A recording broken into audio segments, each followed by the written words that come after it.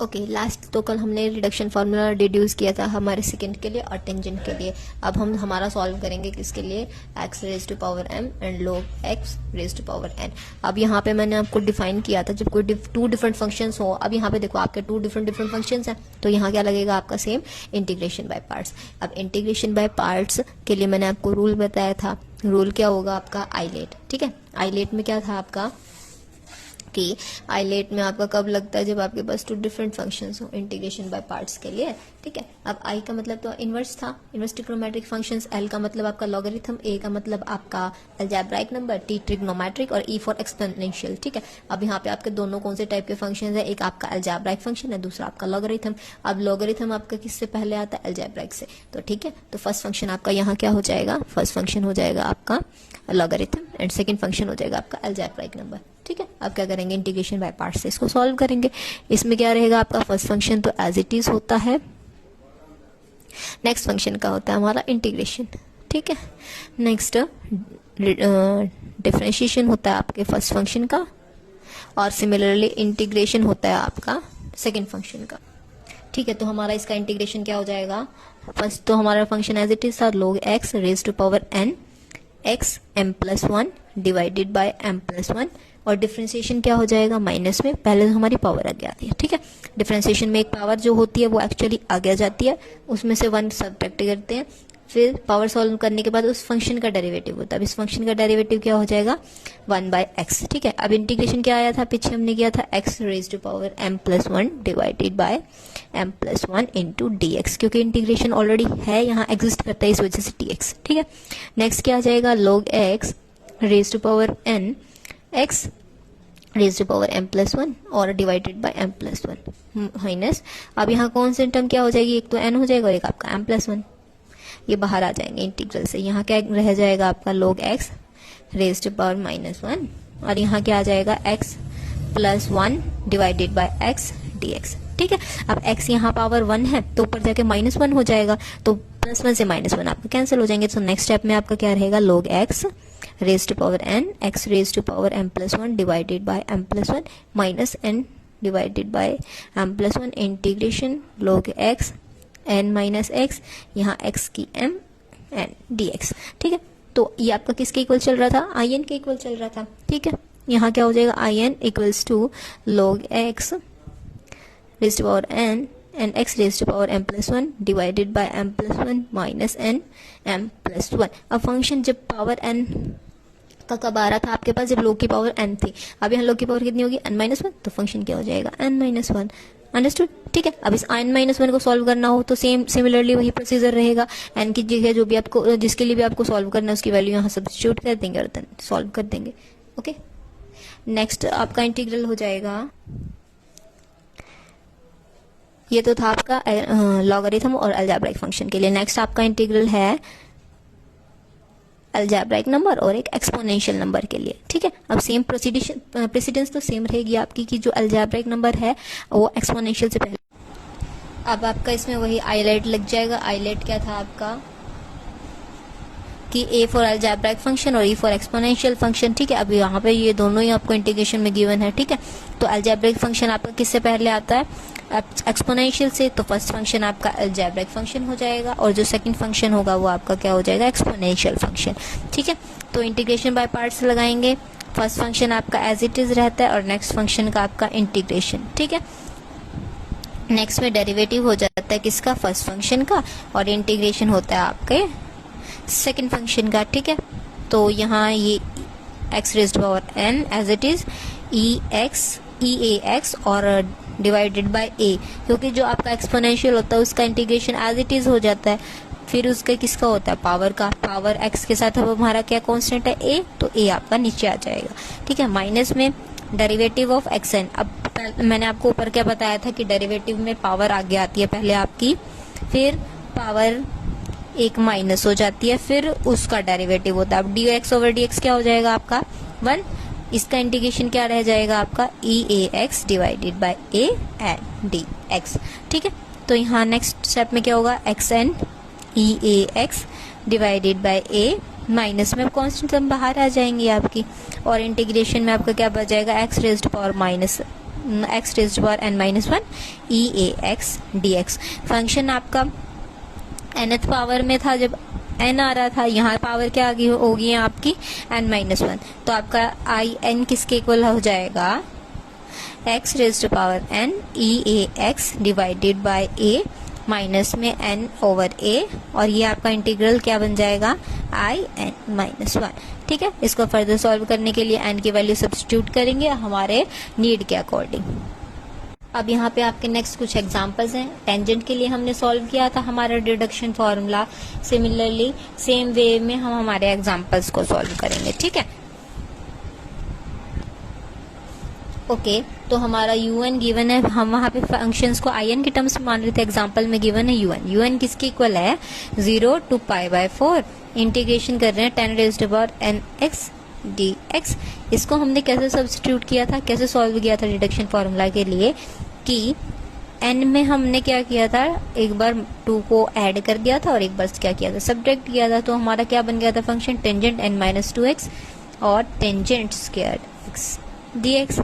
ठीक है, फिर क्या हुआ था, नेक्स्ट स्टेप में सारा रिकॉल कर लेते हैं। ठीक है, स्टेप वाइज करेंगे और लास्ट में क्या कर देंगे, वैल्यू सब्स्टिट्यूट कर देंगे, क्योंकि हमें यहाँ क्या गिवन है लिमिट, बट जो हमने रिडक्शन फॉर्मूला सॉल्व किया था वो विदाउट लिमिट्स के सॉल्व किया था। ठीक है, तो यहाँ क्या हो जाएगा टेंजेंट n माइनस 2x, अब इसका फॉर्मूला क्या होता है second square x minus 1 n dx। ठीक है, इसको ओपन कर देंगे ब्रैकेट्स को, 0 से 4 pi by 4 tangent n minus 2x second square x dx minus में इसके 1 से multiply, integration 0 to pi by 4 tangent n minus 2x dx। ठीक है, किसके इक्वल था हमारा un के इक्वल था। जब n कब आ रहा था, जब पावर क्या थी, जो आपका गिवन फंक्शन है उसकी पावर n थी, तो हम उसको un से रिप्रेजेंट कर रहे थे।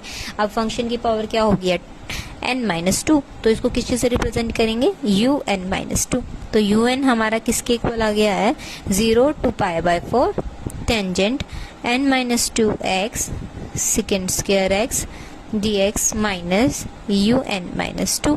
ठीक है, अब हमें क्वेश्चन में क्या चाहिए, un हमारा सेम साइड में चाहिए, तो इस un को उधर ले चलेंगे, हमारा un plus un minus 2 is equals to 0 to pi by 4 tangent n minus 2x second square x dx।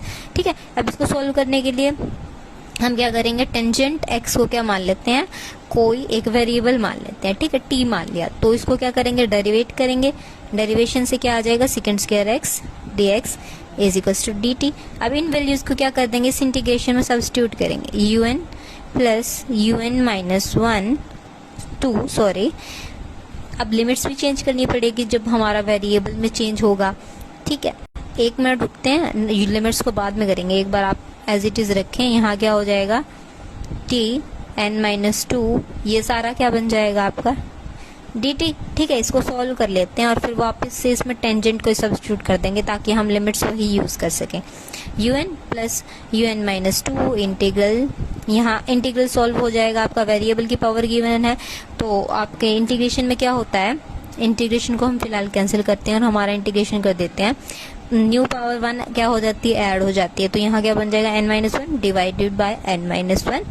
ठीक है, और तो यहाँ पे लिमिट कहाँ से कहाँ तक रहेंगी वो हमारी सेम रखेंगे। यहाँ सिर्फ मैं क्या कर दूंगी, वापस से टेंजेंट को सब्स्टिट्यूट कर दूंगी। यहाँ क्या हो जाएगा un माइनस 2 इक्वल है हमारा t, क्या माना था हमने टेंजेंट, टेंजेंट की पावर क्या होगी n minus 1 x divided by n minus 1। ठीक है, अब यहाँ क्या कर देंगे, वही लिमिट 0 से पाई बाय 4 ही सब्स्टिट्यूट करेंगे। हमने लिमिट्स को चेंज नहीं किया, बस इंटीग्रेशन कर लिया और इंटीग्रेशन करके वापस से उसको हमारे ट्रिग्नोमेट्रिक फंक्शन में कन्वर्ट कर दिया और लिमिट्स हमने एज इट इज रख ली। ठीक है, तो अब क्या करेंगे, हमारे लिमिट्स पुट करने का टाइम है un plus un minus 2 is equal to है tangent n minus x n minus 1 pi by 4। ठीक है, माइनस में लोअर लिमिट, पहले अपर लिमिट पुट करते हैं, फिर हम क्या करते हैं लोअर लिमिट को पुट करते हैं, और ये इसके डिवाइड में क्या था थ्रू आउट 1/n-1 डिवाइड में था तो मैंने मल्टीप्लाई में 1 में n-1 लिख दिया, ठीक है। अब इनकी वैल्यूज क्या होंगी, un प्लस में un-2 इज इक्वल्स टू हो जाएगा, ये तो आपका क्या हो जाएगा 1, क्योंकि टेंजेंट π/4 पे चाहे आपकी कितनी भी पावर एग्जिस्ट करती हो वो सीधा वैल्यू क्या आप देगा आपको 1, और टेंजेंट 0 पे क्या होती है 0, ठीक है। मल्टीप्लाई में क्या था 1 में n-1, तो हमारा क्या हो जाएगा un plus un-2 is equals to हो जाएगा 1/n-1, यही हमें प्रूव करना था। और लास्टली हमें क्या इवेल्युएट करना है कि u की जो वैल्यू है n इक्वल्स टू 5 पे निकालनी है हमें, ठीक है। अब इसमें क्या करेंगे, n is equals to 5 substitute कर देंगे, यहाँ पुट करते हैं u5 जब आपका n इज इक्वल्स टू 5 है, ठीक है। तो u5 plus u3 equals to 5 यहाँ पे सब्स्टिट्यूट करेंगे तो इक्वल्स टू हो जाएगा 4, ठीक है। अब यहाँ क्या करना पड़ेगा, अभी हमें 3 की वैल्यू निकालनी है, तो क्या करते हैं इस इक्वेशन में ये जो हमारी स्टार इक्वेशन बनी है इसमें एक बार तो हमने n is equals to 5 put कर दिया, अब क्या कर देंगे 3 जिसकी नीड है वही पुट कर देंगे, 3 यहाँ पुट करेंगे तो क्या होगा u3 यहाँ क्या हो जाएगा u1 इज इक्वल्स टू 1 में यहाँ क्या होगा 2। अब u1 की वैल्यू हम कहाँ से निकाल सकते हैं, un हमारा किसके इक्वल था, इंटीग्रेशन 0 to π/4। अब un हमारा किसके इक्वल था, tangent n x dx, u की पावर 1 की निकालना है, ठीक है। इंटीग्रेशन 0 π/4 टेंजेंट 1 हो जाएगा x dx। अब टेंजेंट का इंटीग्रेशन हमारा क्या होता है, log सेकेंड x, ठीक है। अब और जो हमारी लिमिट्स क्या हैं 0 to π/4, सिमिलरली पुट कर देंगे log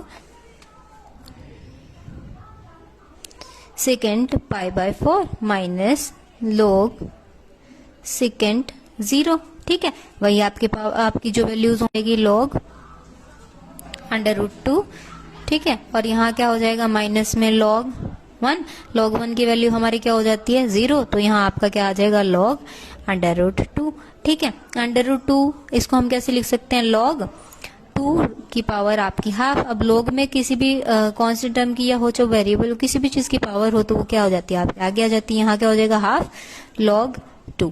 इस वैल्यू को कहाँ सब्स्टिट्यूट करेंगे, हमारी एक इक्वेशन 1 थी ये हमारी 2 है, तो इस इक्वेशन 2 में इसको सब्स्टिट्यूट कर देंगे। u3 हमारा क्या आ जाएगा हाफ, और u1 यहाँ आगे माइनस में हो जाएगा, और u1 की वैल्यू क्या आती है हमारी माइनस में हाफ log 2, यहाँ से हाफ कॉमन आ जाएगा, यहाँ क्या बचेगा आपका 1 माइनस में log 2, ठीक है। अब हमें ये इस वैल्यू को कहाँ सब्स्टिट्यूट करना है, हमारे इक्वेशन नंबर 1 में, क्योंकि हमें फाइंड किसके लिए करना है,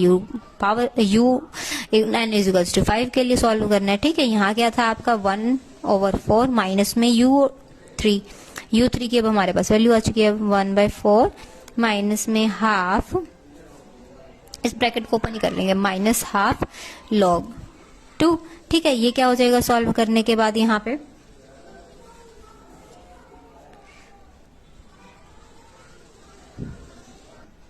यहाँ माइनस यहाँ पे इसको वैल्यू को सब्स्टिट्यूट किया था, यहाँ माइनस था, यहाँ माइनस था, माइनस माइनस में प्लस हो जाएगा, यहाँ आ जाएगा हाफ log 2, और इसको सॉल्व करने के बाद आपका क्या आ जाएगा -1/4। तो u5 हमारी क्या वैल्यू आ गई, हाफ log 2 -1/4, ठीक है। हमें यही सॉल्व करना था।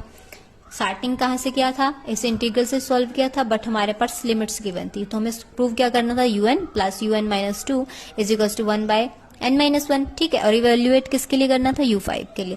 सारा रिडक्शन फॉर्मूला डिड्यूस किया, लास्ट में हमने क्या किया, लिमिट्स को पुट किया, ठीक है। और हमारे पास क्या आ गया था, un प्लस un-2 किसके इक्वल आ गया था, 1/n-1 के इक्वल। फिर हमें क्या करना था, un की वैल्यू 5 पुट करनी थी, उसके लिए हमें 3 भी मिला, 3 के लिए हमने फिर से दोबारा से वैल्यू पुट की, फिर हमें 1 मिला, 1 के लिए हमने सॉल्व कर दिया इंटीग्रल को, और फिर उसकी वैल्यू को यहाँ सब्स्टिट्यूट किया, फिर u3 की वैल्यू निकाल के फिर उसको यहाँ सब्स्टिट्यूट कर दिया, और हमारी क्या आ गई, u5 की वैल्यू आ गई, ओके।